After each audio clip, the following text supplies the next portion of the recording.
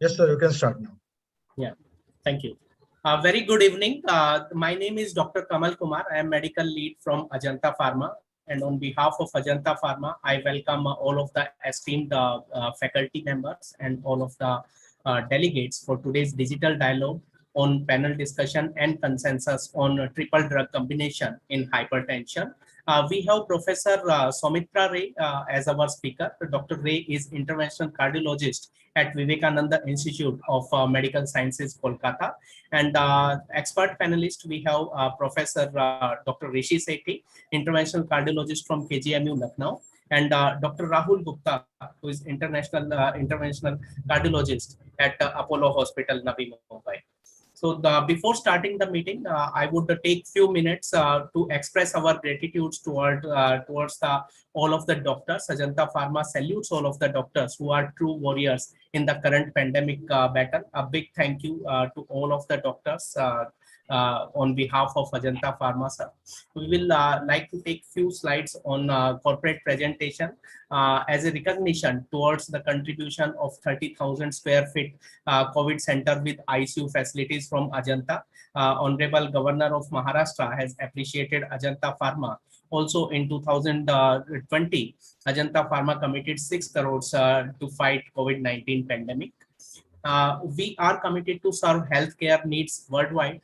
Since 1973, we have introduced more than 150 products which are first to market in India in last 10 years. And we are spread across 4 continents with 30 plus countries. And Ajantites are 6,500 plus strong team dedicated from 28 different nationalities. We have 8 state-of-art manufacturing facilities in India and Mauritius with 2 US FDA approved units in India. So we have a very strong R&D thrust with more than 750 scientists working in state-of-art facilities with a complete value chain across R&D. And we have a strong presence in cardiology and diabetology, in ophthalmology, in dermatology, and pain management. So Dr. Saumitra Ray, today's speaker, is Director of Invasive Cardiology at AMRI Hospital, Kolkata. He is professor at the Vivekananda Institute of Medical Sciences and Executive Committee member and ex-Vice President of CSI. Dr. Ray has stood first in order of merit in higher secondary MBBS and MD exams and pursued his MRCP in UK after completing MD from Kolkata Medical College and got FRCP. Dr. Ray is trained in cardiology at Royal Hospital, Royal London Hospitals, London, and published many papers, review articles, and chapters in cardiology books in India and abroad. Dr. Ray is a part of editorial board of Indian Heart Journal, Indian Journal of Diabetic Dyslipidemia, and he has represented CSI in international conferences. Dr. Ray is also founder president of Calcutta Cardiology Foundation. With this, I would request Dr. Ray to kindly take his presentation. Dr. Ray, sir, over to you, please. Thank you, Dr. Kumar, for the kind introduction. Thank you, my very close friend, Professor Rishi Sethi, and Dr. Rahul Gupta. I think he has joined again. Welcome, Dr. Rahul Gupta, and all the delegates who are with us today evening, and my industry friends. Now, let me share my screen first, and then I'll set out the flow of today's evening. As you can see that the subject today is case-based. Actually, the panel discussion and consensus on triple drug combination therapy in hypertension. I'm actually venturing into 2 very controversial and arguable territories. Number 1 is role of triple drug, particularly as an initiation of therapy in hypertension. And number 2, what will be the constituents of the triple therapy? What are the components of that triple therapy for hypertension? Both are fraught with controversy, and more so, what I'll do, I'll go into more controversial territory by going into some unconventional way about it.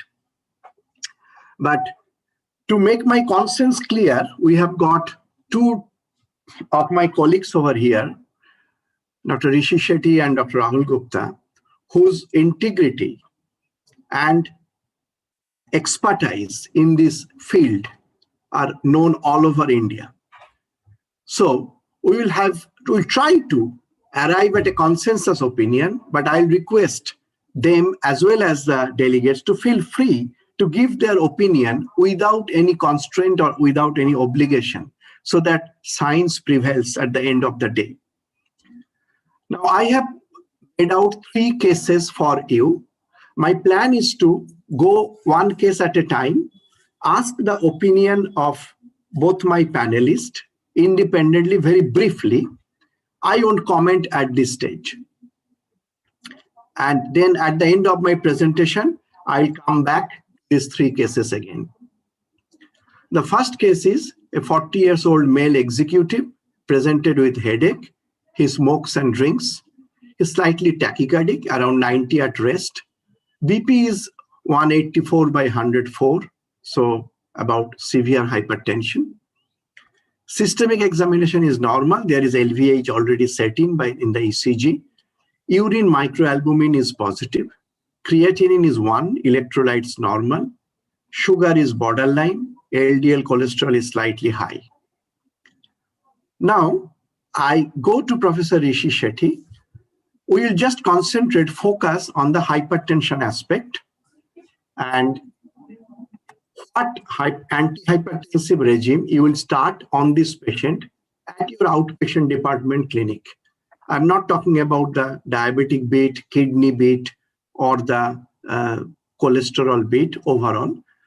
What antihypertensive you will choose on day 1? Dr. Sethi, your opinion, please. Yeah, so regarding, good evening, sir, and it's always a pleasure to interact, and I can hope I can do justice from my limited knowledge on the subject. But in this particular patient, I mean, considering today's background, also if we start to discuss, I mean, he's a 40-year-old executive towards youngish side, let's say. I mean, it goes without saying that job stresses, I mean, we have to put into context, you know, the kind of job profile. Is he a type A personality? Is he a hyperadrenergic state? So in terms of making a choice of antihypertensive therapies, the first antihypertensive therapy, single or in combination, what are we trying to look at? We are trying to look at control of blood pressure, and we are also trying to look at long-term prevention of adverse outcomes, which are complications of hypertension. In that sense, we have to go that he already has end organ damages in terms of an LVH. He has a urine microalbumin level, although his creatinine is less, but he's having target organ damages in LVH, in the form of LVH, in the form of microalbuminuria, and he's also a borderline kind of a diabetic or a early diabetic or a pre-diabetic kind of thing. LDL is, so he seems to be a pretty high risk individual for overall adverse cardiovascular outcome. And rather than, I mean, of course, we have to bring the pressures down, but more important than bring the pressure down, I would like to have that antihypertensive regimen to have some effect on his overall adverse cardiovascular outcome in the long runs. Given LVH, given microalbuminuria, my first choice here would be an ACE inhibitor.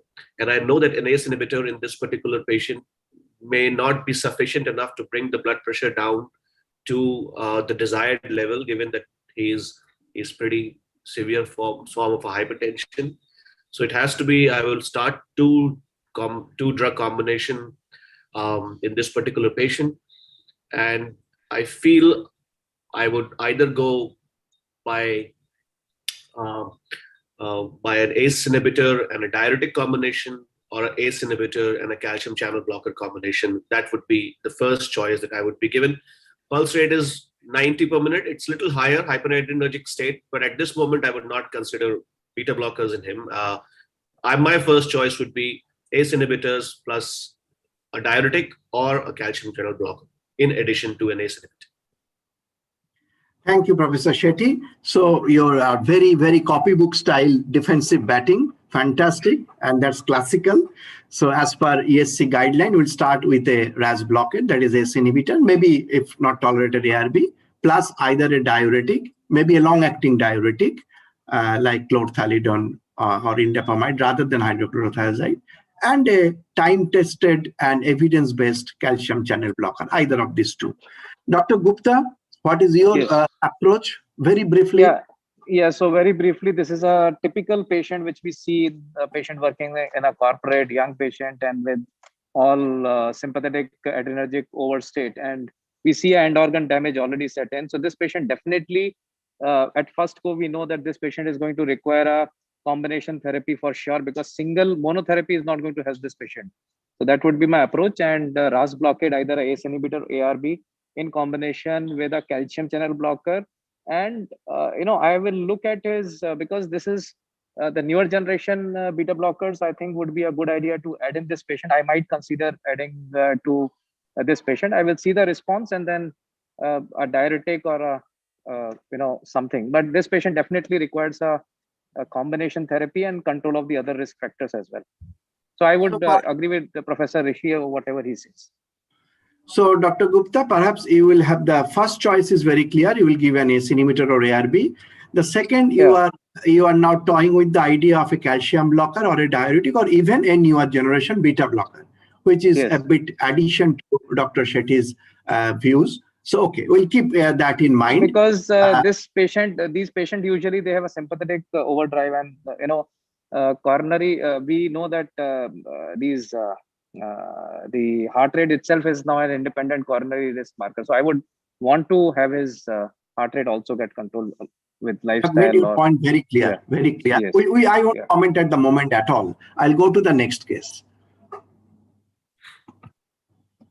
Now, case 2. Here is a 60-year-old man again with heart attack 3 years ago with angioplasty. He is on atenolol 50 daily, ramipril 5 daily, aspirin 75, and atorvastatin 40. So all the guideline-directed medicine, at least theoretically. He presented with intractable dry cough. Pulse is okay. Blood pressure is still not controlled. There is mild wheezing in the chest. Some pedal edema. JVP is raised. Echo shows a left ventricle. Maybe we can classify him as a left ventricular failure with preserved ejection fraction, with ejection 55 and diastolic dysfunction. No RWMA, so the angioplasty was done in a very timely fashion. All blood tests are okay. Now this time, Dr. Rahul Gupta first, what is your approach of these existing two medicines? I'm not talking about aspirin, atorvastatin. Atenolol, ramipril, he is having dry cough, he is having wheezing, pedal edema, preserved ejection fraction, heart failure. How will you change the atenolol ramipril regime? Yeah, so this patient is representing a post-MI patient with diastolic heart failure kind of thing, because there's pedal edema, JVP is raised. And we need to aggressively control his risk factor profile in these patients, and especially hypertension is something which needs to be very much under control. Otherwise, their diastolic heart failure is not going to respond. So we have to control all the risk factors. So since he's not tolerating the ramipril because of his dry cough, I would change him to a long-acting ARB. Telmisartan is something which I very frequently prescribe for these kind of patients. And I would also change his older generation beta blocker like atenolol to a newer generation beta blocker, either metoprolol, because we want his adequate heart rate control. This patient is preserved heart failure, so I would want to his heart rate less than 70, getting his blood pressure less than 130/80. So a newer generation beta blocker like metoprolol, succinate, or nebivolol or bisoprolol, because he's having mild wheezing also. So I will be slower in starting any of these beta blocker and see whether he, how does he tolerate, whether this wheezing is related to his failure or whether it is related to his, bronchospasm. So these will be my consideration. And initially, if he's in, failure with JVP raise, I might put him on diuretic. And once it is like the loop diuretics, and if there is the failure is controlled, then I would want to put him on the antihypertensive diuretics. So that would be my approach. So Dr. Gupta, you will replace the atenolol and ramipril by a long-acting ARB and a metoprolol, long-acting metoprolol, and a diuretic, which is initially loop diuretic, followed by a long-acting hydrochlorothiazide group of long-acting diuretic. Fair enough. Professor Sethi, how will you tackle this atenolol ramipril here? I mean, nearly the same way as Dr. Gupta is saying, because of course he's having intractable dry cough, so ramipril has to be replaced, and telmisartan would also be my drug of choice in doing so. He has to be now on a diuretic, given the fact that he is going into heart failure with preserved ejection fraction, and the heart failure signs are pretty clear here and obvious here. So yes, initially a loop diuretic to bring the heart failure down. And maybe if the heart failure is settled, the clinical evident heart failure is settled, maybe bringing down to a chlorthalidone later on for his control of blood pressure. But he may be requiring a loop diuretic for a pretty long time, or maybe forever. In terms of atenolol versus other, mild wheezing, of course, can be heart failure related. And we have no other evidence as of now because he's taking atenolol for long. So he has tolerated beta blockers for long. We have no evidence to suggest that he has chronic obstructive pulmonary disease, and there too I would not devoid him of a beta blocker based upon a lighter symptom than instead of giving him advantage of beta blockers for which he requires for his clinical condition. My choice again would be to replace atenolol with either metoprolol, bisoprolol, or carvedilol, based upon the fact that they will provide me the advantage of beta blockers, and the therapy of heart failure with preserved ejection fraction going towards low ejection fraction. So I believe I'll make a choice of a beta blocker that is also known to be effective in heart failure situation. So I can go with either of the three, metoprolol, bisoprolol, or carvedilol. So that would be the choice. Okay, great. We got the message loud and clear. Now my last case is a 75 years old lady this time, who is a known case of HFrEF for last 5 years and not doing very well, recurrent hospital admission due to underuse of prescribed medicine. She is non-compliant for various reasons. She has been given carvedilol 12.5 twice, valsartan 40 twice, eplerenone 25. These are very standard HFrEF drugs. They are given rightly, but she was not taking. Pulse was 74 with sinus rhythm. BP looks okay, 136/84. Sodium is okay. Potassium is on the higher side. I mean, actually high. Creatinine is on the higher side for a lady, 1.2. ECG shows she is in atrial fibrillation at around 80 per minute. Ejection is around 34%, but no regional wall motion. So Dr. Sethi, this time first, carvedilol twice, valsartan twice, eplerenone 25, pressure 136/84, rate controlled AF, ejection 34, potassium 5.2, creatinine 1.2. Will you change these three medicines? Yeah, so the first thing that bothers me is the high potassium levels and the fact that should I continue with eplerenone or not. I think what the patient is lacking is a loop diuretic, and if we add a loop diuretic to this therapy, transiently stopping eplerenone, we will have some hypokalemic effect of that loop diuretic, and maybe later on we can add on the eplerenone to that loop diuretic, and the potassiums would be taken care of because of a combination of a loop diuretic and eplerenone. Given valsartan here combination, I believe we can take a chance of, once the potassium is under control, we can take a chance of converting him to a valsartan sacubitril combination, given the fact that the ejection fraction is now going down. And I feel I have no hesitation in this patient continuing on carvedilol as of now. So I will probably continue carvedilol, try to change to valsartan to valsartan sacubitril combination once the potassium levels are towards near normal, and maybe add a loop diuretic to the therapy. That should be my choice. Excellent. So Dr. Gupta, your views?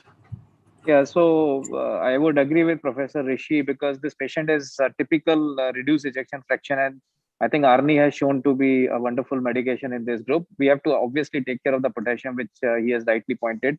So I would do the same: stop eplerenone, change valsartan to valsartan sacubitril combination, and in the beta blocker, I think any of these is fine, which have shown to be good in heart failure: metoprolol, succinate, carvedilol, or bisoprolol. So all these beta blockers. So I think we have to see that they are on mortality reducing medication. So the ARNI group, the beta blocker, the mineralocorticoid receptor antagonist. And if she's symptomatic for overload, then of course a loop diuretic would be something which would be added to this patient. I would target this BP. This BP is fairly okay, but still I would like to have a pulse rate because she's getting recurrent hospitalization. So I want to optimize all possible parameters.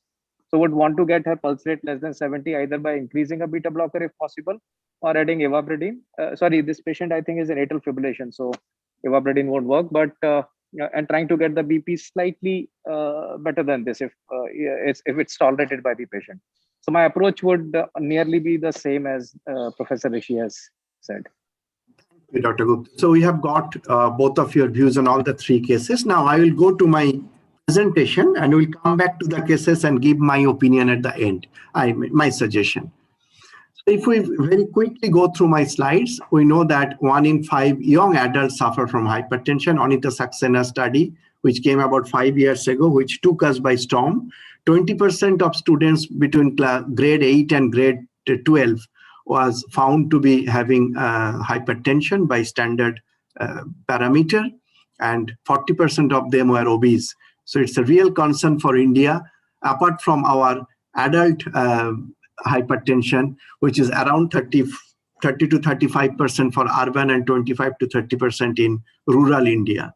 So if we think the whole population is about 130 billion, both adult and children together, and if it is around 20%, 25% average hypertension across all age group, then you can see the proportion of or enormity of the problem in India.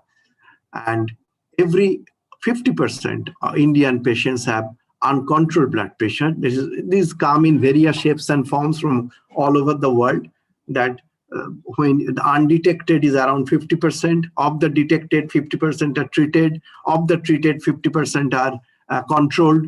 And if you keep your threshold, keep bringing down from 140 to 130, from 90 to 80, then of course it will be an appalling situation.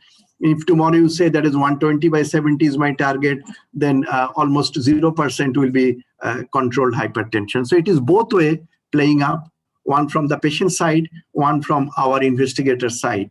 We are making life difficult and getting a lesser and lesser number of people to be actually controlled by the current definitions.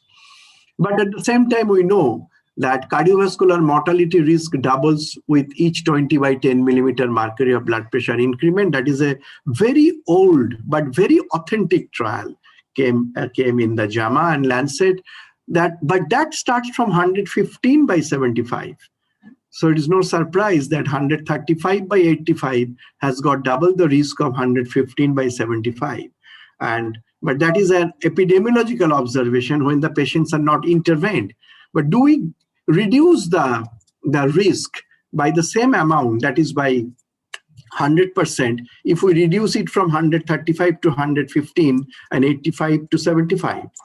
Do we do that? There is very recent outcome came from the sprint analysis and sprint follow-up. And aggressive treatment really scored well. But anyway, whatever we have very convincing is that by standard reduction of blood pressure, we reduce stroke by around 40%, heart attack by around 20%, and the maximum benefit comes with heart failure by around 50%. So not only an epidemiological observation of increasing pressure is harmful, but if you clinically reduce it by medicines, you gain the benefit. If not full benefit, you get some benefit. But there comes this interesting slide. It is a well-known slide though. The majority of hypertensive patients need combination therapy to achieve the BP goal. And what is that BP goal? 140 by 90. And if you see if you count, there are 9 studies over here.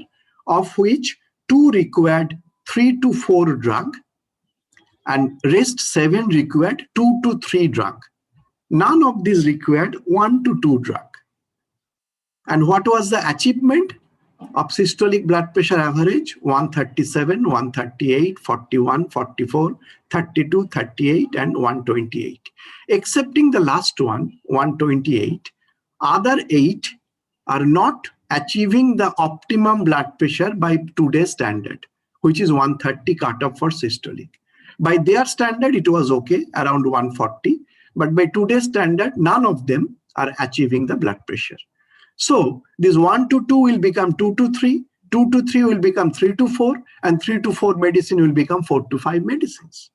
As simple as that, if we reduce our target. Now, even this 2 to 3 means what? 2 or 3. Because you cannot have two and a half type of medicine. Either you have 2 molecules or you have got 3 molecules. You cannot have 2.5 molecules, 2.75 types of molecules. You cannot have that. So if you cross the 50% boundary between 2 and 3, that means it's going towards 3. So all of this, at least 5, I can see 4 of these trials have shown that you require actually 3 medicines to control, to get a systolic pressure of 140, you get 3 medicines. 2 of them showed that you require 4 medicines to get systolic at 40. And only 2 showed that you require 2 medicine to get a blood pressure of around 138 or 137. So if we see 130, I think the minimum requirement is 3 medicines. Now, this is my experience, this is your experience, but whether you start with 3 medicines or whether you go one by one stepwise approach is up to you. It depends on how you think is important to quickly control the blood pressure to prevent target organ damage. The concept is same for diabetes. The concept is same for dyslipidemia. So we do not dissociate these 3 important risk factors. Now, if we increase the number of medicine from 1 to 2, 2 to 3, 3 to 4, 4 to 5, the compliance sharply decreases. In the elderly lady's case, 75 years old, she was taking carvedilol twice, valsartan twice, eplerenone once. So 5 tablets she was going to take, and she was non-compliant simply because she was taking 5 tablets a day, which is unacceptable for an elderly lady of 75. She forgets 50% of those. If you see here, the compliance, 1 tablet, if the compliance is on the right side, 2 goes below, 3 to 5 goes even below, and all are clinically significant difference as far as compliance is concerned as the number of pill increases. So it's not science is everything. Your socioeconomic aspect of a patient is equally important. And if the compliance decreases, as with our old lady, the risk of hospitalization increases. If, for example, she is 90% compliant, she would have a 27% chance of going to the hospital. If he is 20% compliant, he will have a 40 to 44% chance of going to hospital. So almost double to go to hospital if the compliance decreases. So it's not enough on the part of us clinician to write the right prescription, but also to ensure and to assess whether your prescription will be honored, not by the pharmacist, but honored by the patient. Now, another funny thing, you know that ESC 2018 hypertension guideline, and we know that there is a fantastic slide showing what is the core treatment, and that starts with, as we have already started by discussion, that with a RAS blockade plus a calcium blockade or a diuretic. If step 2, if it is not controlled, and that is a fixed dose combination, FDC. Now in step 2, if it is not controlled, we combine all those 3 again as a fixed dose combination. And at the bottom in a box, what is written? Beta blocker is given at any step of the treatment if either of the following 5 conditions prevail: an old MI, ischemic heart disease, atrial fibrillation, heart failure with reduced ejection fraction, or a lady who is pregnant or wants to be pregnant. These are the 5 conditions when you pitch in a beta blocker at any step. But they were very interestingly silent. If the beta blocker pitches into the treatment regime, it is at the cost of which other group? Are you still giving the 2 or 3 medicine fixed dose plus the beta blocker? Or you replace one of the medicine from the initial combination and beta blocker is taking its place? Ultimately, the patient is taking 2 medicine or 3 medicine rather than 3 or 4. They are very silent. And if you have to sacrifice, which one to sacrifice? The calcium channel blocker, the diuretic, the ARB, they are very silent. But more interestingly, you see the upper panel over here, which is tucked inside the main text and not given so much prominence in the slide set. So we tend to overlook. Just read very carefully. Combination treatment is recommended for most hypertensive patients as initial therapy. Preferred combination should comprise a RAS blocker, either ACE inhibitor or an ARB, with a CCB or diuretic. But what is written after that? Other combinations of the 5 major classes can be used. Class 1A recommendation. Other combinations of the 5 major classes can be used. So what are the 5 major classes? They are defined. ACE inhibitor, ARB, diuretic, calcium blocker, beta blocker. So any combination of these 5 major class can be used class 1A indication. We tend to overlook this. The ISH and European Society of Hypertension and International Society of Hypertension had their combined joint session in Glasgow this year in March. And they have completely endorsed this ESC guideline that any of these 5 major groups can be an initiator of therapy, either singly or in combination. So beta blocker role is always there, somehow subtly tucked under the mattress for some other interest. If you see here, the center is the core drug treatment, and beta blocker, as I said, subtly tucked down. And if it's hypertension with CAD, beta blocker goes up. Hypertension and AF, beta blocker goes up. Hypertension and HFrEF, beta blocker goes up.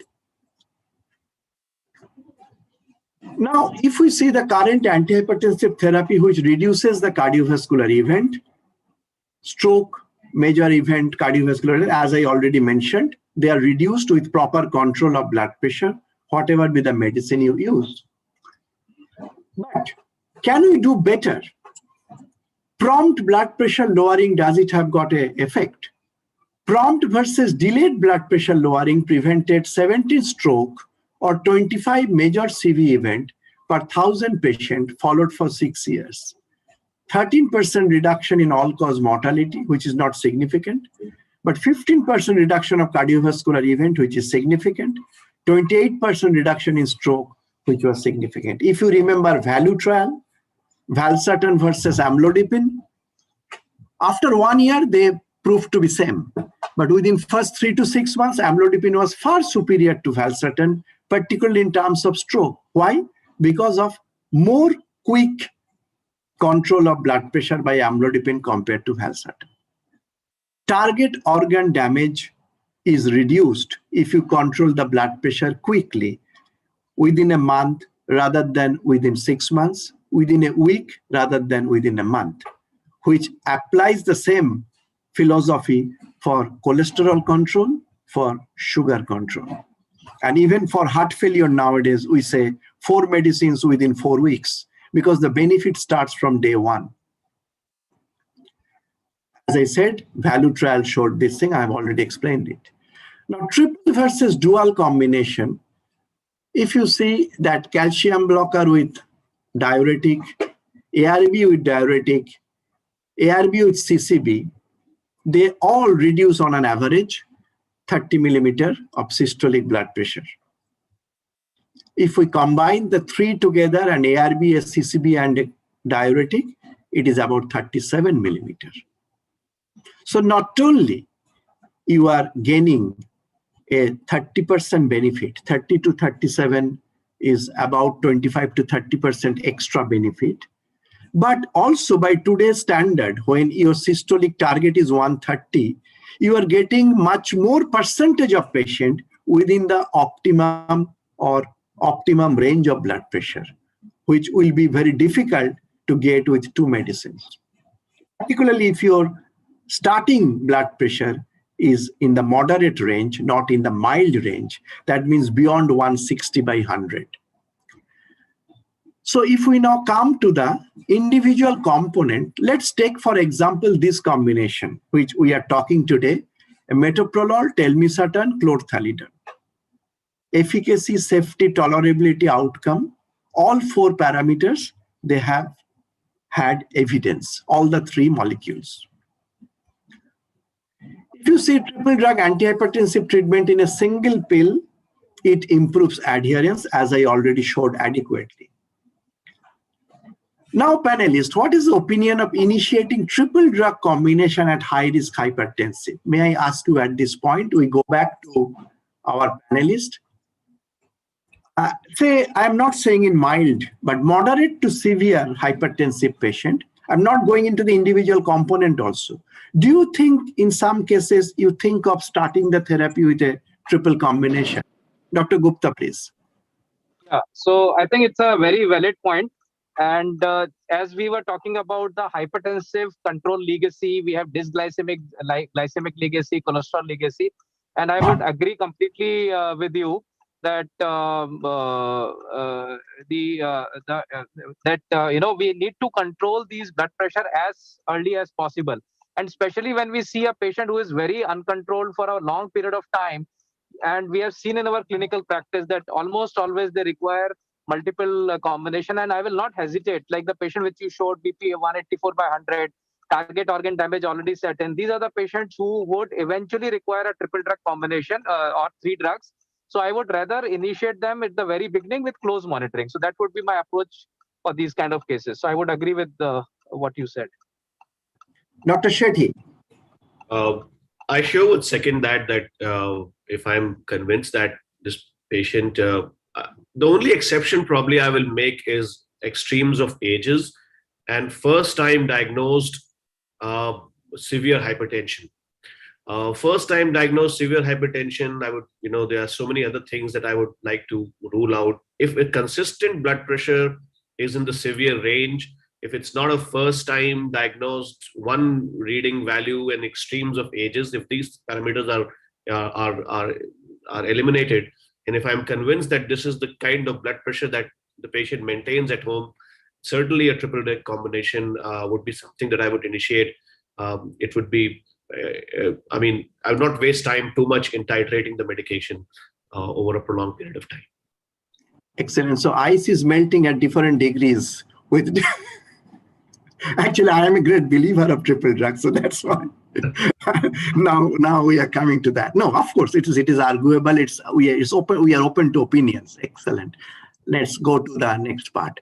So if we see the individual component of the triple combination I was talking about, first is the chlorthalidone. We have got the SHAPE trial, which showed the cumulative stroke rate compared to placebo is absolutely reduced quite a lot. P-value is 0.0003, and it's a very long term. So if you see the months, 72 months means almost 6 years. So it's a very sustained effect of chlorthalidone in the SHAPE trial, which was one of the first big trials. MRP trial, after 7 years, subjects were shifted to chlorthalidone treatment. At the end of follow-up period, the rate of coronary heart disease mortality was decreased by about 30%. So, and it also showed that chlorthalidone was better than hydrochlorothiazide, being a short-acting diuretic hydrochlorothiazide. In the all-hat arm, we know that prasugrel was chucked out at the beginning because of high blood pressure, high heart failure. But between amlodipine, lisinopril, chlorthalidone, they were almost the same, but heart failure was significantly reduced by chlorthalidone compared to lisinopril and amlodipine. And this is very interesting that we know that lisinopril, being an ACE inhibitor, should be a champion in heart failure. And we would have expected that amlodipine remains up and lisinopril, chlorthalidone go hand in hand down. But here we see that chlorthalidone shows its superiority over lisinopril. Rather, lisinopril is clubbed together with amlodipine, which was a little bit of surprise to me when heart failure is concerned. Now, chlorthalidone was greater BP lowering effect compared to hydrochlorothiazide, particularly the nocturnal. Why? Because hydrochlorothiazide acts for 6 hours. If you take with your breakfast, you don't expect your blood pressure to be controlled at 2 o'clock in the morning. But chlorthalidone is long-acting, 16 to 18 hours. And of course, if you take with breakfast, you will still have some effect at 6 o'clock in the morning. So that is very interesting. So a combination should be a rational combination where the PK/PD, pharmacokinetic pharmacodynamics are complying, that you cannot add a short-acting ARB with a long-acting calcium blocker or a long-acting diuretic with a short-acting calcium channel blocker. When you are giving all three long-acting drugs so that you can give it once. If you combine the short-acting, then all three should be short-acting, and which you can give twice a day. That should be the philosophy. That should be the rational treatment. Now, among ARB, so that is about chlorthalidone. What about ARB? We know that ARBs are a very mixed group of molecules with PPAR gamma pathway and angiotensin 2 pathway, because we want both pathway to be modified, because angiotensin 2 take most of the good effect, but PPAR gamma have some effect on some pathways also, including dyslipidemia and insulin resistance and blood pressure inflammation. So we will welcome a molecule which have got action on both sides. And if you see, telmisartan is the most studied amongst ARB in mortality and morbidity endpoint as far as number of trial and the number of patients recruited in the trials are concerned, followed closely by valsartan. But the problem with valsartan is that valsartan is twice daily dosing. So no point giving valsartan once daily. And as with the lady with the heart failure, twice daily valsartan, there is lack of compliance very much. Now, if we see the on target, the olmesartan, they are also actually, you get with vascular disease with highest dose, there is no difference between the molecules. With the telmisartan, it's as far as side effect is concerned, with on-target telmisartan versus placebo versus ramipril, they are as good as ramipril. So we cannot say really that ARB is a second class citizen compared to ACE inhibitor, at least in certain aspects in high-risk patients. I'm not talking about pure heart failure patients. Superior blood pressure reduction in morning hours. Again, if you see, of course, losartan, valsartan, telmisartan will do good because it is a long-acting drug. It is even better than amlodipine. Amlodipine is also very long-acting and once daily dosing ideally, and it shows as good as benefit with telmisartan amlodipine combination is very good.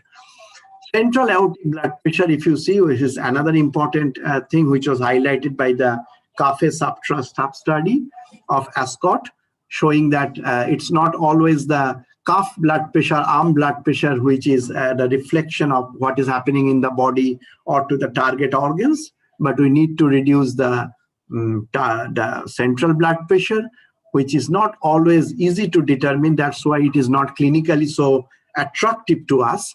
But it has been shown that telmisartan reduces central aortic blood pressure. And that was one of the argument against using atenolol, which does not reduce central aortic blood pressure. So cardiometabolic sartan not only reduces blood pressure, they reduce left ventricular hypertrophy, they stimulate the PPAR gamma activity, they reduce insulin resistance, they reduce glucose, and they reduce lipid. And at a glance, today you can see that they are so much protective for the cardiovascular health by all these 6 mechanisms.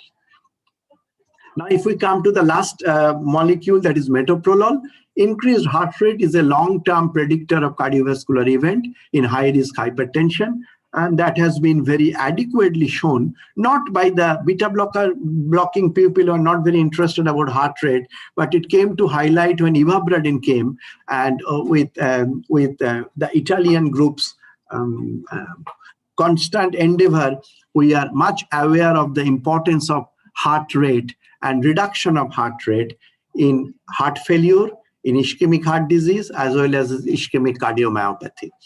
So heart rate control is very important, particularly the resting heart rate control is very important. Increasing resting heart rate and adverse cardiovascular outcome, that has been known and quite well established.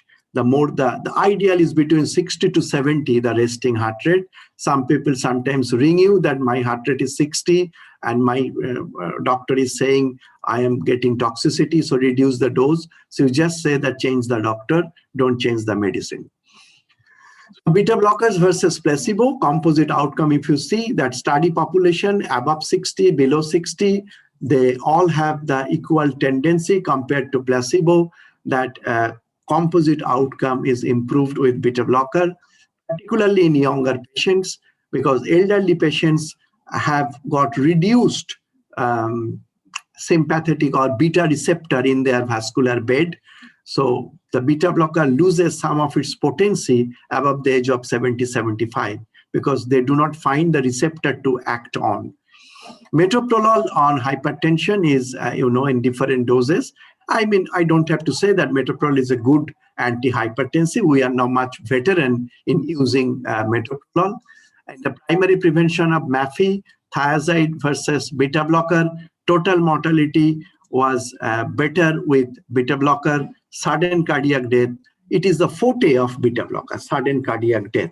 So beta blocker is excellent there's no parallel or match of beta blocker to reduce sudden cardiac death. And we know hypertensive patients, atrial fibrillation patient, heart failure patient, ischemic heart disease patient, they are all have got increased propensity to have sudden cardiac death compared to a matched control.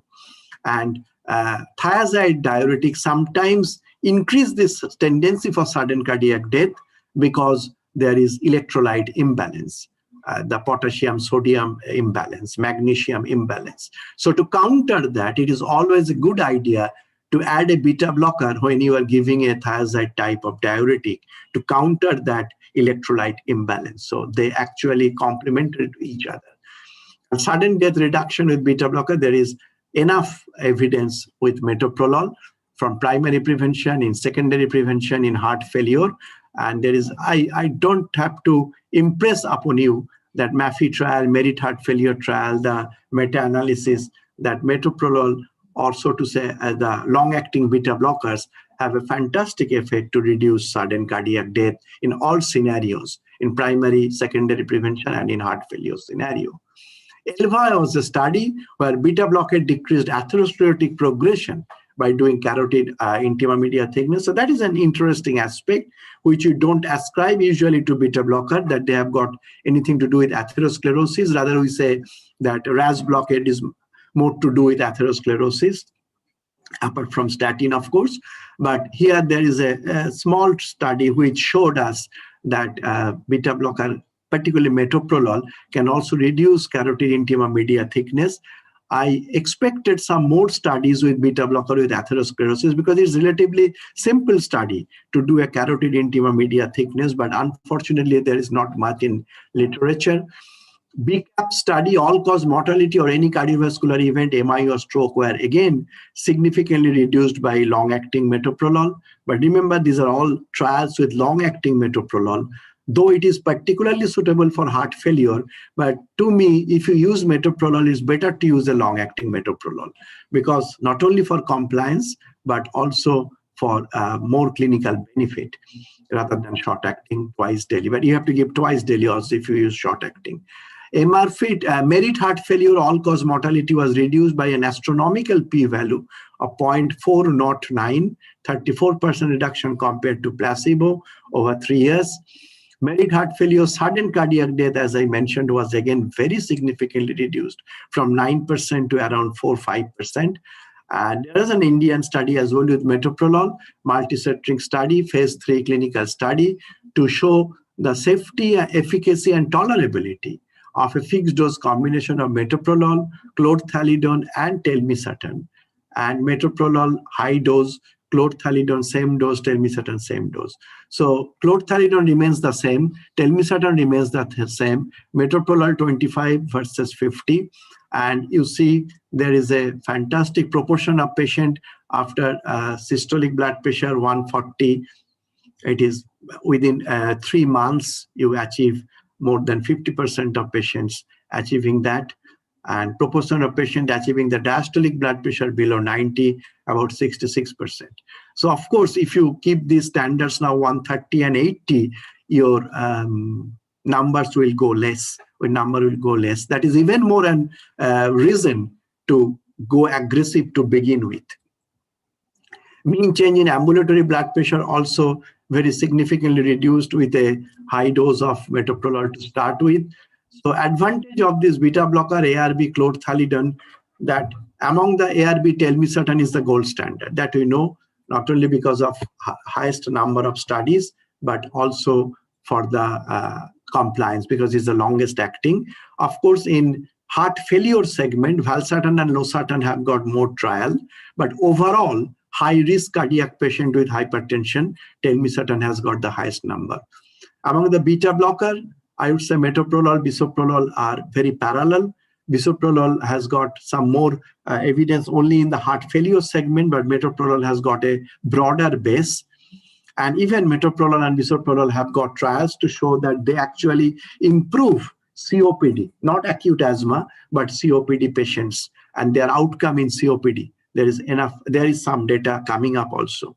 Among diuretic, clothianidone is far better than hydrochlorothiazide for the reasons I mentioned.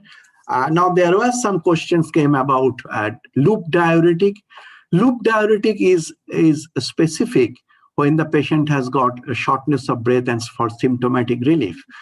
Loop diuretic has got no specific role for asymptomatic left ventricular failure with reduced ejection fraction. In fact, no diuretic has got an important role if the patient is not symptomatic for heart failure.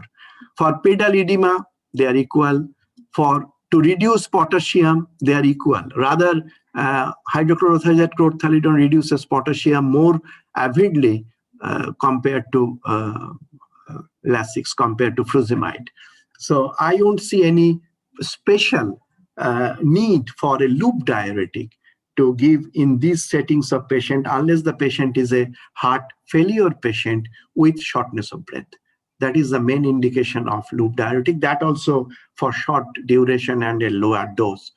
Otherwise, if you use it as an antihypertensive, you know that clothianidone is a better antihypertensive than any loop diuretic. So here I stop. I go back to the case one and give my opinion, then I'll open up the floor. Now, this is a man, obviously young executive, who is a high sympathetic drive person, 90 heart rate. He is moderately hypertensive to begin with end organ damage, with pre-diabetes, cholesterol not controlled. So he is a person who requires, to me, he requires beta blocker to start with. Not a centrally acting beta blocker which will reduce the drive, not a beta blocker which will reduce the male sexual drive, but a beta blocker which is either vasodilator or neutral, not vasoconstrictive. So I would rather prefer a metoprolol, bisoprolol, or carvedilol here rather than atenolol. Nebivolol is also a good choice, though nebivolol does not reduce heart rate so much. Even carvedilol does not reduce heart rate so much. So metoprolol will be my choice over here. And of course, we require 2 or 3 drugs. So with this end organ damage, of course, there will be an ACE inhibitor or ARB. I always prefer a long-acting ARB for this kind of patient. So telmisartan will be my choice. Now, the third drug will either be a diuretic or be a calcium channel blocker. Here, the choice is open. Here, the choice, I would say open.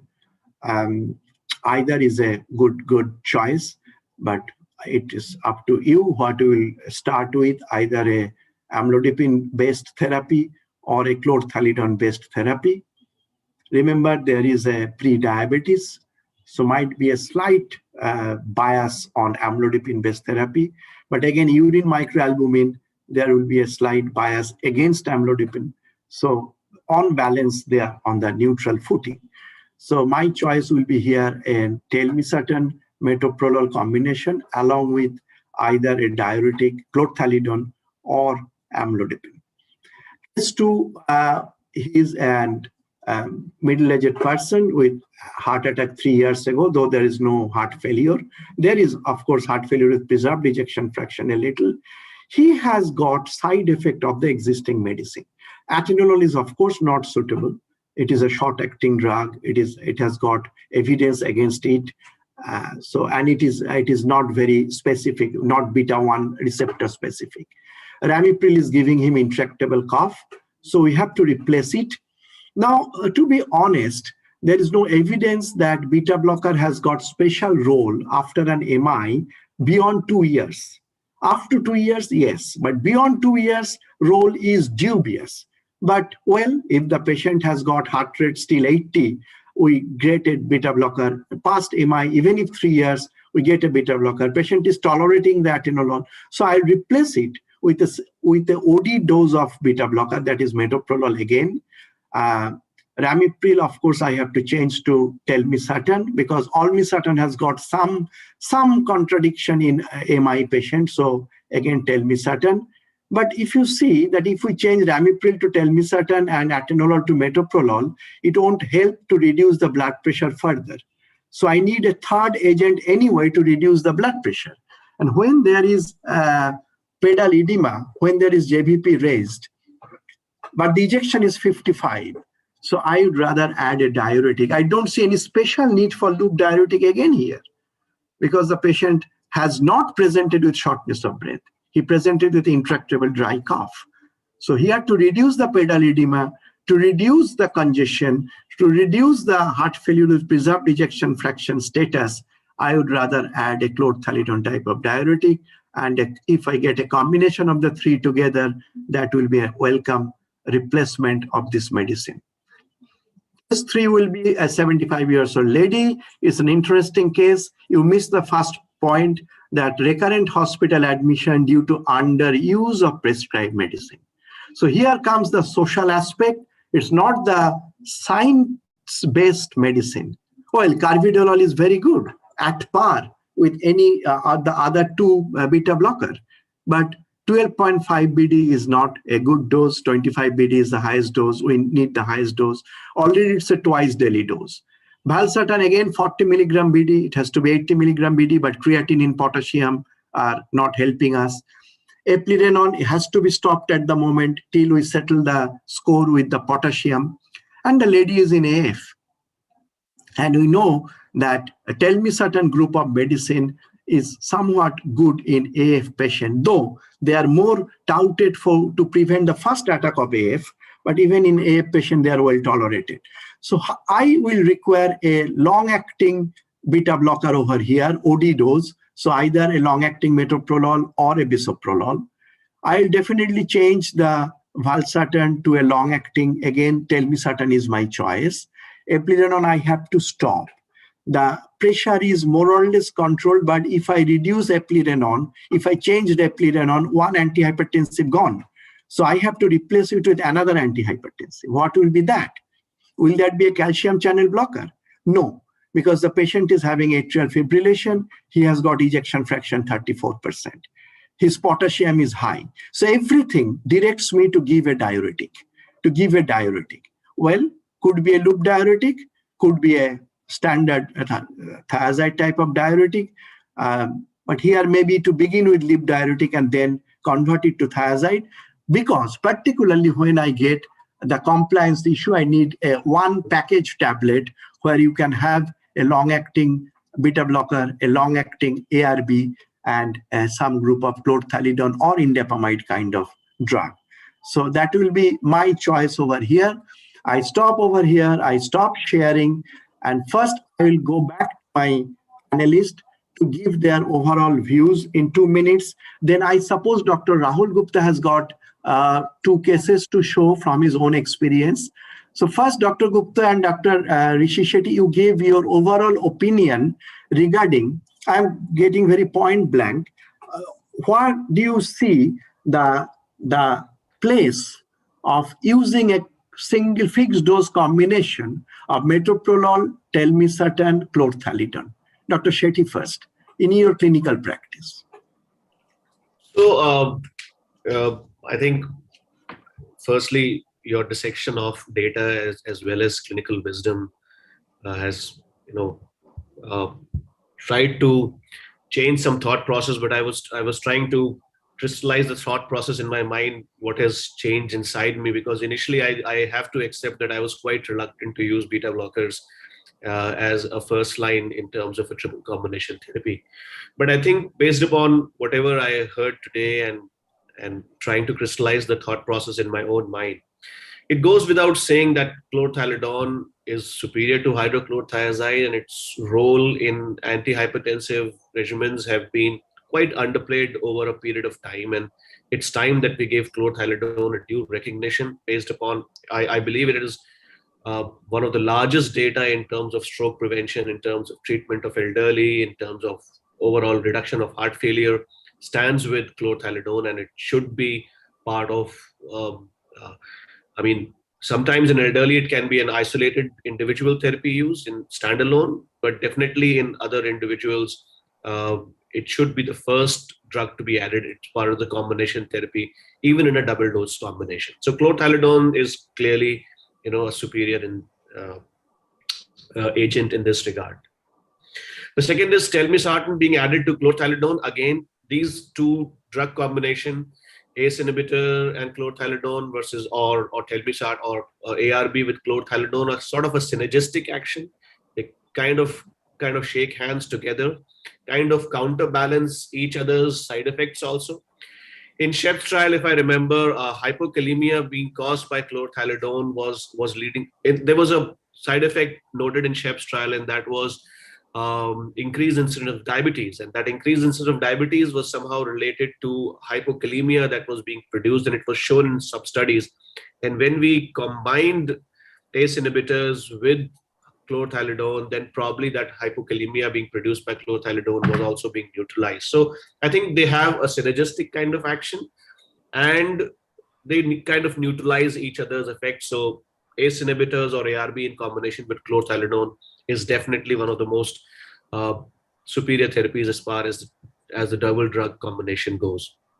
Coming to the triple therapy, I'm convinced that it should be done in an established hypertensive where I'm convinced that it is not either a secondary hypertension that can be dealt with. It's not a obstructive sleep apnea situation, or it's not a renovascular hypertension situation, or sometimes because of stressful condition, patients may get 1 or 2 high readings. If I'm convinced that it is a sustained level of this severe form of hypertension, then triple therapy definitely should be added. So the question is, in triple therapy, beta blocker versus a calcium channel blocker. That's the situation that I find myself after hearing everything. And what I would probably do in clinical practice, that if I have a patient who is either of a suspected CAD or an angina, or a heart failure or an impending heart failure, or a patient in which I'm convinced that this hypertension is contributed by a hyperadrenergic state in terms of tachycardia, in terms of his personality, in terms of this, in these 3 situations, so suspected CAD, impending or diagnosed heart failure, and hyperadrenergic state, I would be very comfortable in using beta blockers as part of a triple deck therapy. However, if there is a different scenario, if I have a patient who is, let's say, an elderly, because an elderly, sometimes initiation of therapy with beta blockers may give rise to a heart block kind of a situation. They are also more prone to stroke, and this we have seen in numerous studies. As there was a meta-analysis that I was going through, I think 2020, in which they have studied beta blockers, and I think beta blockers may be used in a hypertensive role, but among the various agents in the antihypertensive regimens, beta blockers have a least role in prevention of stroke. So they were less protective for prevention of stroke. as compared to chlorthalidone, as compared to calcium channel blockers, and somewhat as compared to the ACE inhibitors, ARBs also. So if somebody who's an elderly individual, first time starting therapy, there I would like to avoid this particular beta blocker in terms of triple therapy. And you may correct me if I'm wrong, as somebody who's a borderline diabetic. So in that condition, although I completely agree that all the fear of hyperglycemia with beta blockers, especially with beta blockers and diuretics combined, were with atenolol and were with, maybe atenolol in combination of hydrochlorothiazide. We do not know the data of metoprolol and chlorthalidone in producing hyperglycemia and diabetes. But still, if a patient is got, a borderline diabetic, based upon non-availability of data of this combination, I would still be a little fearful in starting a beta blocker and a diuretic combination in this particular patient. So here also, I would probably use a calcium channel blocker. So elderly, risk for stroke or TIA, previous stroke or TIA, and a borderline diabetic. These are three conditions probably where I would like to, a little wave away from using beta blockers as part of the triple therapy. Otherwise, I'm pretty comfortable using these drugs in other scenarios. Excellent, Professor Sethi. I mean, you have crystallized my whole talk for last half an hour within 3 minutes. Excellent. I mean, this is what is is expected from you. I am not surprised that you have come out with this kind of conclusion, and that's absolutely neutral, absolutely science-based, and there's no controversy about it. Fantastic. Dr. Gupta, I think you will show your two cases and explain your thoughts by your cases. What is your idea? Yeah, so some different, little bit of maybe extending the same. Absolutely, yes. That will make it more spicy and interesting, yes. Let's see. So this is a 55-year-old male, hypertensive. He's on losartan, 50 milligram once daily, atenolol, 50 milligram daily, hydrochlorothiazide, 6.25 milligram daily. So his ABPM was done because he was uncontrolled. We don't know whether it is white coat hypertensive or whether he's, sometimes we are really not aware. Every time they're coming, they're taking doses. We are thinking they're taking significant doses, but they come out to have high BP. This patient was having different BP readings during different, and there was no nocturnal dip which was seen. Heart rate was slightly on the higher side. Blood parameters are normal. So my issues in this case, which I see, is that this patient has uncontrolled BP even at home because his ABPM is showing. Rishi was also pointing out very well that, we have to establish that this patient does not have just white coat hypertension. We all see in our clinical practice where patient comes with very high BP. I have seen a patient whose BP was 180, 100 in my clinic with pulse rate of 120. And when I asked him to monitor at home and did his ABPM, his BP was consistently less than 130, 80, 120, 80. So we see some kind of these scenarios, and we need to be ready. There is a significant intraday variation. There is an absent nocturnal dip. So what I wanted to bring out through this case is that sometimes to fine tune our antihypertensive regimen, we have to see that these little other factors, because we know that absence of nocturnal dip, early morning surge, significant intraday and intra-visit variation, these are all related to cardiovascular mortality, even if one of the readings are okay. So how do we solve these? I think more potent molecules, longer acting molecules, which you pointed out that, combining longer acting molecules in these kind of scenarios so that, the nocturnal dip is there, the early morning surge is not there, and the medication is acting. So this patient who was on hydrochlorothiazide, we all know that, somebody is not getting controlled. I think we need to, he was already tolerating. So I would put him on something, a newer beta blocker, a longer acting, we know losartan is a shorter acting ARB. So I would put him on some kind of this kind of therapy. And this patient usually start responding significantly. So this was one point which I wanted. May I stop and give a single line opinion over here? So you have brought out a fantastic problem very nicely. And some of the delegates will ask, why not add a third agent in the evening or at bedtime? So that question is coming nowadays because there are some studies showing that you better take the molecule at the evening rather than with the breakfast. So what your patient was having had got possible two solutions. One is this losartan hydrochlorothiazide can be in a 3 solution, can be given twice daily because they are not OD dose. It can be given twice daily. That may solve the problem. Or keeping losartan hydrochlorothiazide in the morning and add a amlodipine type of thing at night.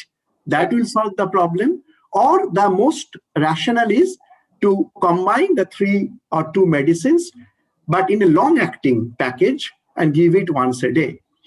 If still you see the nocturnal BP is not controlled, then perhaps you have to split the medicines and give 1 bedtime dose. But the first step, as you have very nicely said, first step should be to combine the long-acting drugs together and give them with the breakfast. So that is a very interesting and day-to-day problem. And these are the possible ways you have handled it. Yeah, so you are talking about the HYGEA trial where they say at least one of the antihypertensive, if we can give it in the night. But the third case which you brought in, the practical problem that this lady, we are giving everything, but she is skipping the night. There's a compliance, yes. And so there's a compliance issue. And I think a compliance issue is not a very short issue. If, I am not remembering the study, but in the real world analysis, even in the Western world, where we think the patients are more aware about and they're more concerned about, even there also there was significant non-compliance where we tend to miss, because it's a silent killer. So we tend to miss our evening doses. And, so I think like you, I would have put Arnie in that lady, but if she is hellbent at 75 that she doesn't want to take it twice daily, then that combination which you rightly pointed out, that combining a long-acting thing, because Arnie is valsartan, you need to give twice daily, she may not accept it. So now let's discuss the second case and then we will. So this is a 60-year-old male, obese, hypertensive. There's a history of snoring. Now this patient has got uncontrolled BP on multiple medication, amlodipine, ramipril full doses, hydrochlorothiazide, carvedilol 12.5 milligram BID. Now when these patients, they are on multiple doses, we have to really look at their compliance, whether they're really taking or not. Now this patient also has a pedal edema. So there is LVH, grade 1 DD, ejection fraction is normal and blood parameters are okay. So if we look at the issues in this patient, there is a obesity, there is a possibility of OSAS, which Dr. Rishi was pointing out that we need to rule out. There's a pedal edema, high heart rate, and there is uncontrolled blood pressure. Now, I think we should recommend a sleep study, and we should specially ask, I think the emphasis which I want to put to the listeners' audience is that whenever somebody is coming with uncontrolled BP, we have to go into the depth of their sleep pattern and how are they sleeping, whether they are snoring, are there features of sleep apnea, and if they are, I think we should do a sleep study. Weight reduction is a must in these patients, and pedal edema may be due to amlodipine, or it could be a venous hypertension due to obstructive sleep apnea syndrome. In fact, there are many patients who come to us with pedal edema, every workup is normal. Then if you go into the history, they will be snorers, and you do sleep study, they will found to have sleep apnea, and you treat them, their venous hypertension reduces and their edema also reduces. So how I would approach is, this patient was diagnosed as OSS, so put on CPAP, weight reduction program. I put him on Metexel 3D25. He was taking multiple medication. So combination of these therapies and giving it in twice daily, he was so happy that, my pill burden, taking this tablet, that tablet too, I think it helped a lot. And this patient's, with all that treatment, it came out to be quite okay. So these are the two scenarios, different scenarios, which I wanted to bring to everybody's notice. I think now we are open for, further. So Dr. Sethi, will you give a quick comment on this last case? I mean, I completely agree that, I have this special fascination and interest in obstructive sleep apnea. Also, we've published a great deal of work, pretty high volume also. But even in the practical, simple clinical outpatient setting, there have been so many patients that have come to us with resistant hypertension and accelerated hypertension in young individuals. And they have been controlled on just the therapy of sleep apnea. One point I would like to highlight is, I don't know if that's also your clinical experience.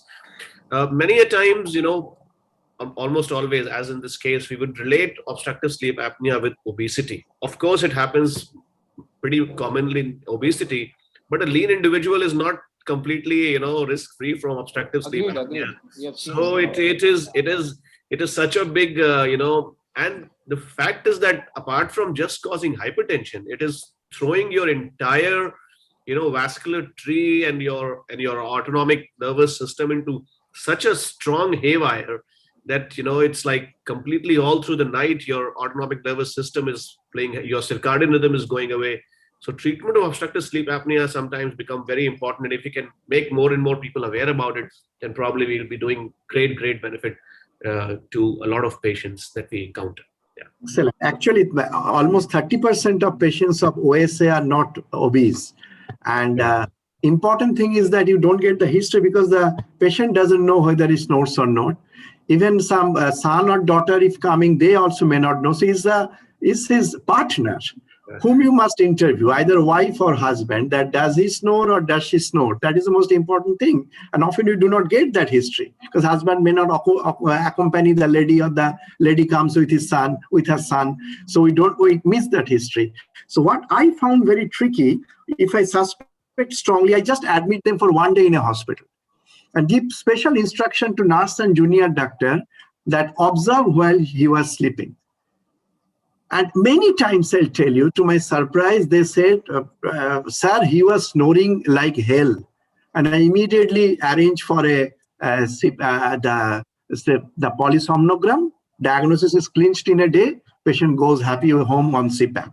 So just admit for one night and the diagnosis is over, just by observation. So that was a trick. What I found was quite useful. Now, Dr. Kumar, do you have questions from the delegates? Where are those questions?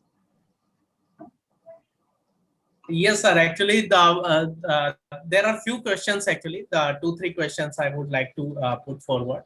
So the first question is, sir, which diuretic is preferred? So question is not very clear. Dr. Vaishali Kore has written with diuretic is preferred or without diuretic. I think they want to ask about combination, whether diuretic should be kept in combination or not, sir.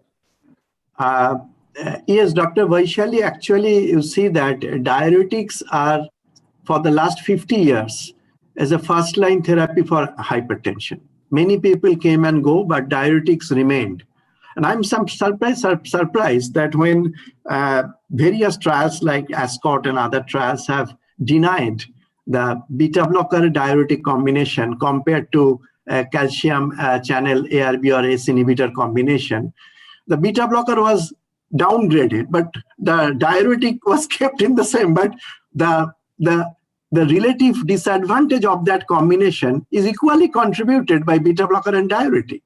But for some obscure reason, the beta blocker was made the scapegoat in all those trial conclusion, and diuretic retained its top position in the antihypertensive therapy. But of course, they are wiser people than us. So diuretic is always there as a first-line therapy, excepting in certain situation when patient is obviously dehydrated, when the patient is a overt case of metabolic syndrome, as Dr. Sethi was telling, like an obese patient with diabetes, dyslipidemia, this and that, then of course diuretic is not the first preference we try to avoid. So otherwise diuretic remains there. Any other opinion from Dr. Gupta and Dr. Sethi? We completely agree. I mean, this controversy of beta blockers and diuretic combined, in fact, rather than not putting them in the same pedestal, they said that, the initial trial, I remember a very nice editorial, not an editorial, but a review piece, I think written by Dr. Bangalore, that, the earlier trials of atenolol were favorable. Then slowly they dissected the data that those trials of atenolol where atenolol was used in combination with diuretic were actually contributing to the effect. So if you remove diuretic, then atenolol fares worse than the combination. So diuretic was still considered the gold standard. It was the atenolol which was the culprit that was nullifying the effect of diuretic. So diuretic have always been there, and they are the consistent player in hypertension management. Yeah. I think about beta blocker, the only thing which I feel is most of the trials were like earlier trials were atenolol based, and I think with the newer generation beta blocker, I think the they will still come in the first line, as Dr. Ray was also pointing it out, that they may. Okay, go to the second question, Dr. Kumar. Sir, second question is, should we go for combination or not in newly diagnosed case? I think, yes, you have discussed a lot, but I think Dr. Digimed Biswas has asked this question. So. Yeah, there is very clear-cut guidance that if you go by European guideline, they are saying that you start with a combination of 2 drugs, fixed dose, even when your blood pressure is 142/92, 2 millimeter above the range. Right. But they said in a frail elderly person, you consider monotherapy. On the other hand, the ACC guideline says you can start with a monotherapy of either of the 3, that RAS blockade, calcium blockade, or diuretic, or a combination, your choice. But if the patient is anything beyond moderate hypertension, you start with a combination. So there is a little difference in the approach.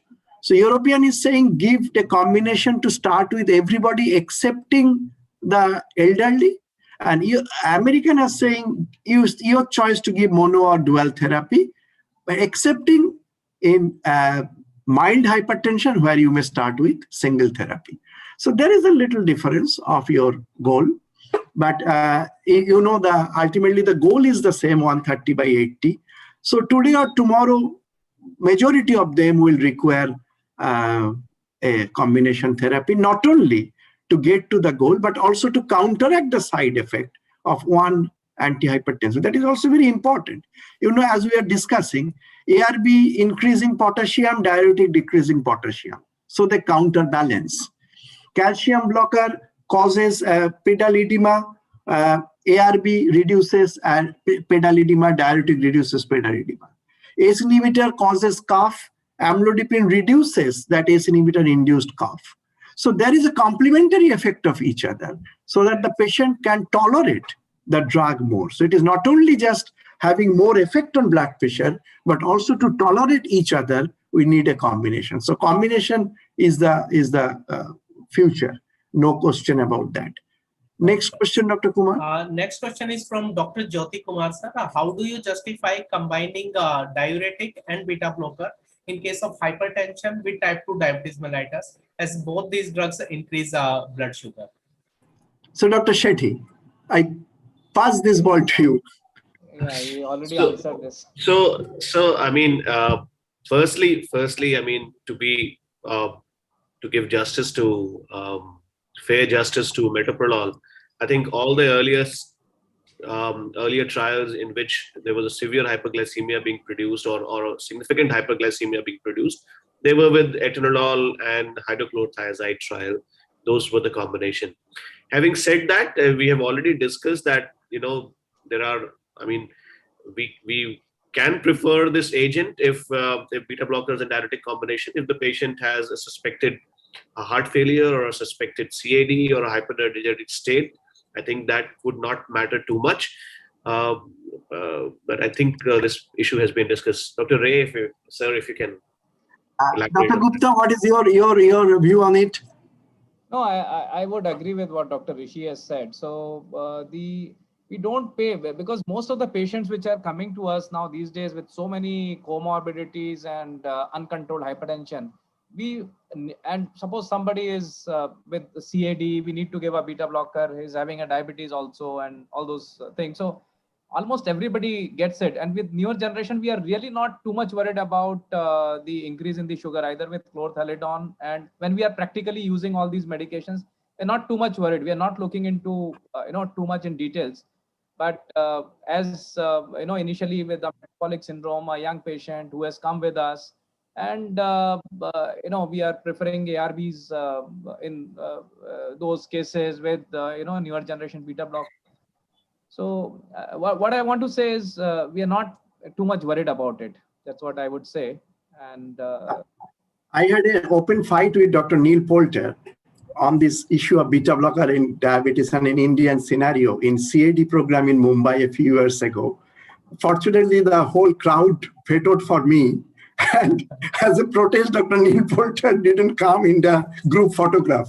So what was he saying? That Ray was saying beta blocker in India, you are the seat of metabolic syndrome. Your obesity, your diabetes, your dyslipidemia, everything is aggravated by beta blocker.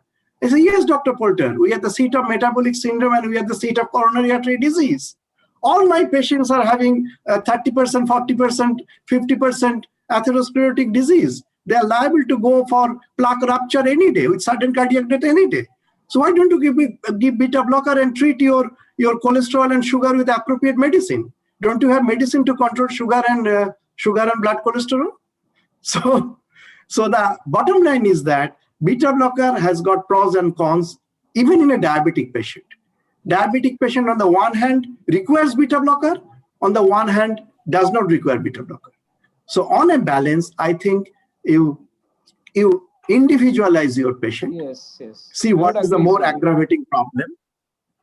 What is the more aggravating problem? If you cannot control your blood sugar, if it is a very obstinately obese person, then of course beta blocker and the heart rate is not so high, then beta blocker takes a second seat.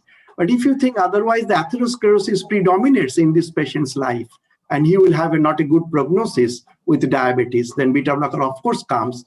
And I think in today's world, with all the medicines available, sugar and cholesterol control should not be a problem for us. So that is my answer, Dr. Jyoti Kumar.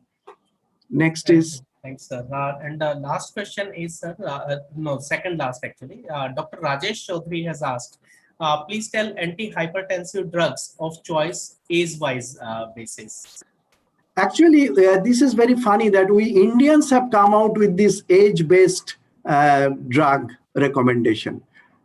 In today's world, the American company, the Canadian company, the European company, the British company, all have taken out the age from the consideration of choice of blood pressure medicine. But Indian Hypertension Society, even 2 years ago when they came out with fourth recommendation, they are saying whether it is a young or old, if young, this is this, if old, this and this, and nowhere comes the beta blocker in the first place. They are coming in the second place. But if you ask me, younger the patient, more is the role of beta blocker.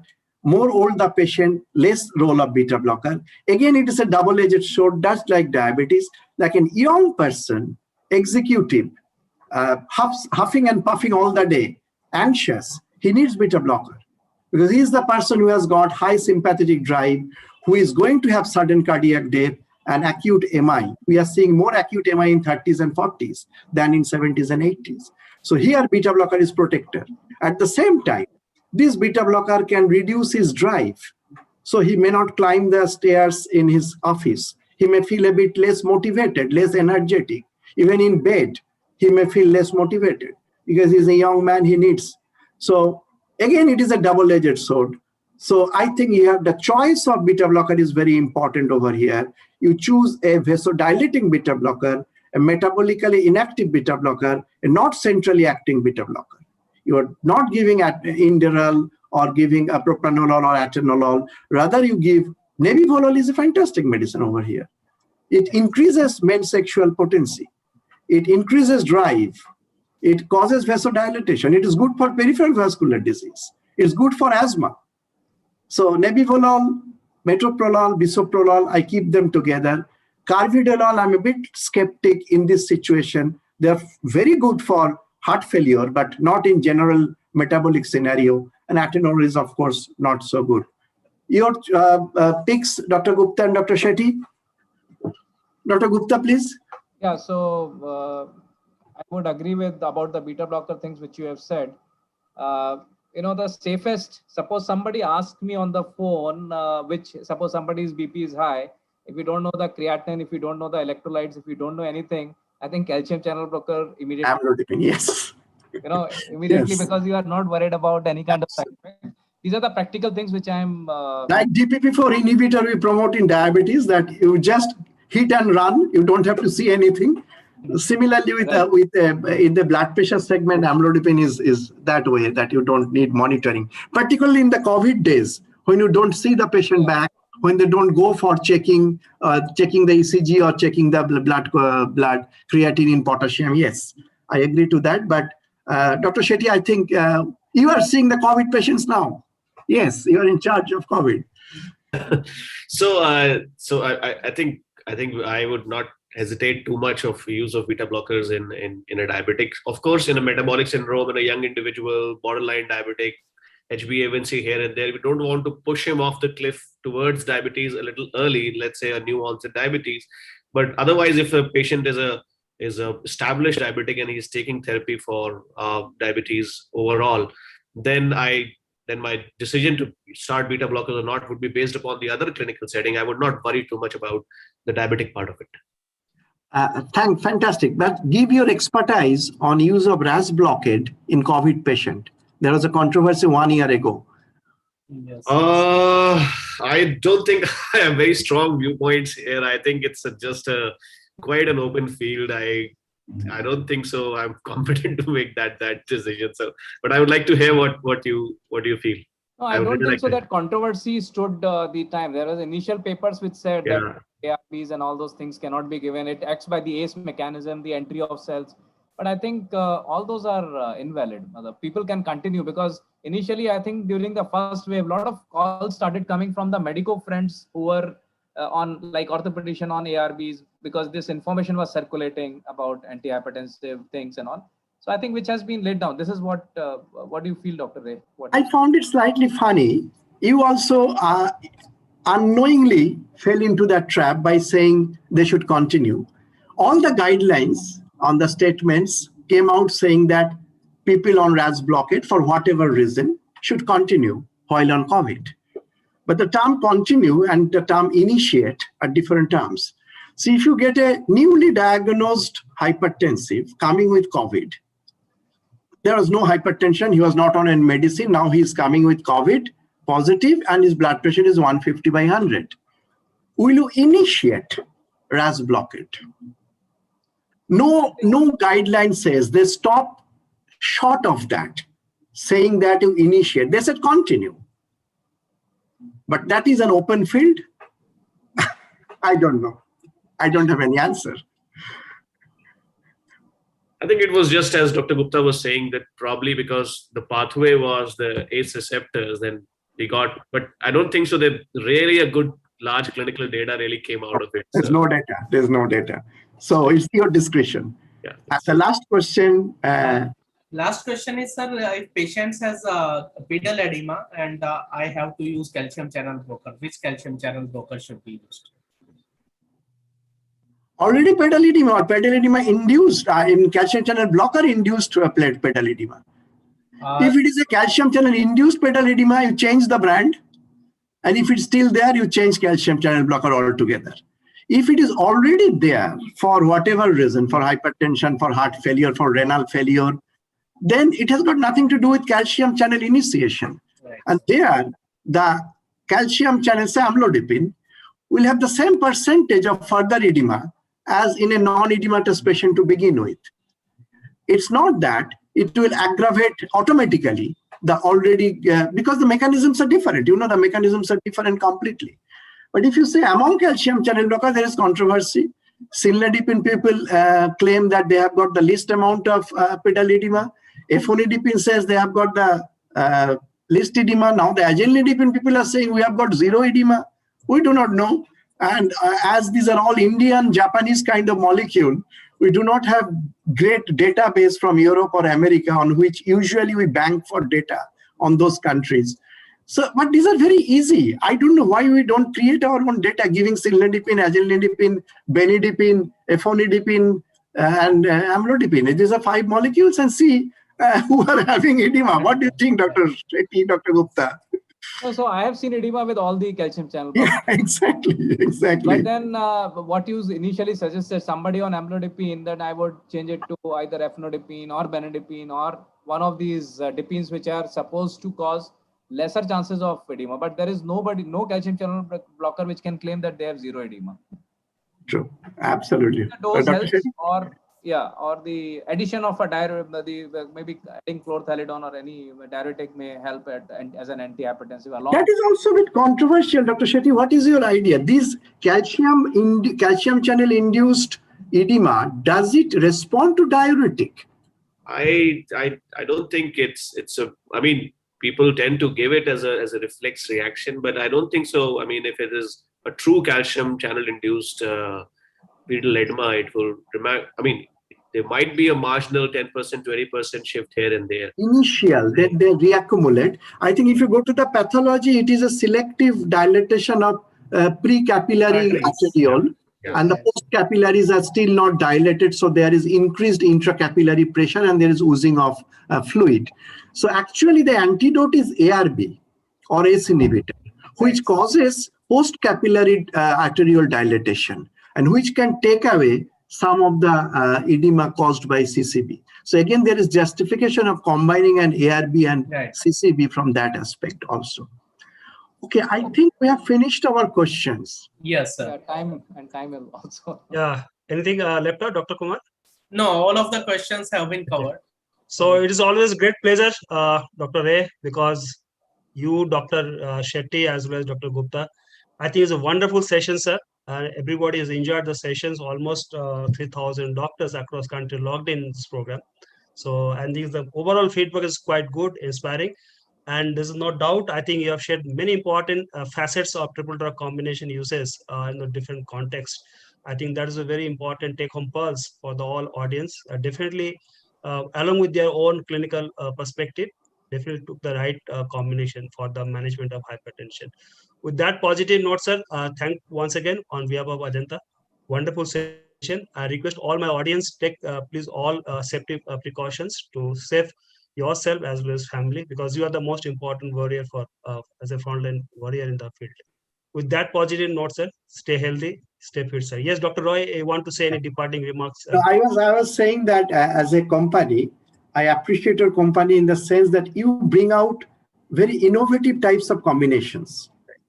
I don't know how you manage that, how you get the DCGI approval, that's your business.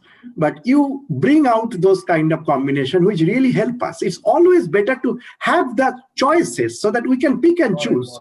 Absolutely. You know, you are the person who brought the right doses of rosuvastatin with aspirin or clopidogrel. Because the person who is getting a antiplatelet must be in the secondary prevention, not primary. So it is very irrational to have an antiplatelet with a primary prevention dose of statin. You are the company which bring the secondary dose of statin with an antiplatelet. You are the company which bring this kind of combination, which is otherwise a bit no touch. That RAS blockade with beta blockade, no, this combination does not go. But now we know by analyzing ourselves that is a fantastic combination. In so many clinical caveats, it is useful. So keep on doing the good job. Give us the options and leave the decision to us what you will take. Yes. But your job is to give the choices, and our job is because pick and choose. Yes. So I Even think Dr. Sethi and Dr. Gupta, I congratulate you for a fantastic discussion. I mean, And it was very nicely presented. All the team Ajanta also. Thank you, and all the delegates, of course. I mean, without them, it would have been much better for face-to-face interaction. But anyway, something is better than nothing. We get the questions. Okay. Yes. Thank you, Dr. Shetty, once again. Dr. Gupta, wonderful.